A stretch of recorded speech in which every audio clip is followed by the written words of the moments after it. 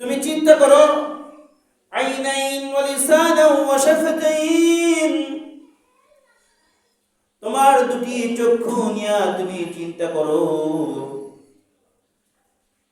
দুটো চক্ষুর ভিতরে কত কিছু রয়েছে, শিরা উপশিরা কত কিছু রয়েছে। তোমার চোখের ভিতর যে নেত্রনালী যদি বন্ধ হয়ে যায়, চোখ দিয়ে টপ টপ করে পানি সর্বদা পড়তে থাকে, সেই চক্ষু নিয়ে চিন্তা করো, ছোট্ট একটা চক্ষু, তুমি এই ছোট্ট একটা চক্ষু দিয়ে তাকায় তাকায় আরশে আজিমের দিকে তাকাও, আকাশের তারকাগুলো বর্ণনা করতে থাকো আর বলতে থাকো, এটা মঙ্গল গ্রহ, এটা অমুক গ্রহ, এটা তমুক গ্রহ, এটা গ্যালাক্সি, এটা নিউক্লিয়াস। মালিকের এই নিয়ামতরাজি গুনতে থাকো, গণনা করতে থাকো। এইগুলো নিয়ে যদি বান্দা চিন্তা করো, তুমি তোমার মালিকের ঠিকানা পেয়ে যাবা, তুমি তোমার আল্লাহকে চিনে ফেলবা।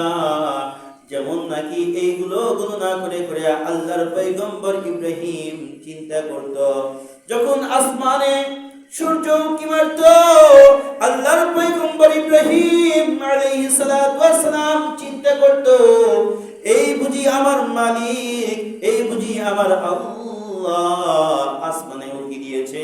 যখন সূর্য ডুবে যেত, চন্দ্র উদিত হইত, আল্লাহর পয়গম্বর ইব্রাহিম আলাইহিস সালাতু ওয়াস সালাম চিন্তা করতেন আর ভাবতেন, এই বুঝি আমার প্রভু।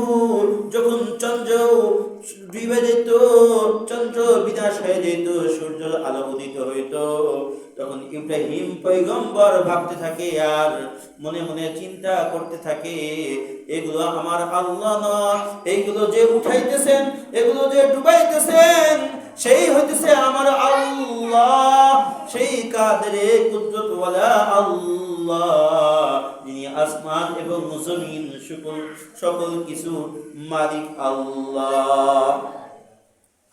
এই জন্য আল্লাহ তাআলা এই ভিতর পরিচয় দিতেছেন।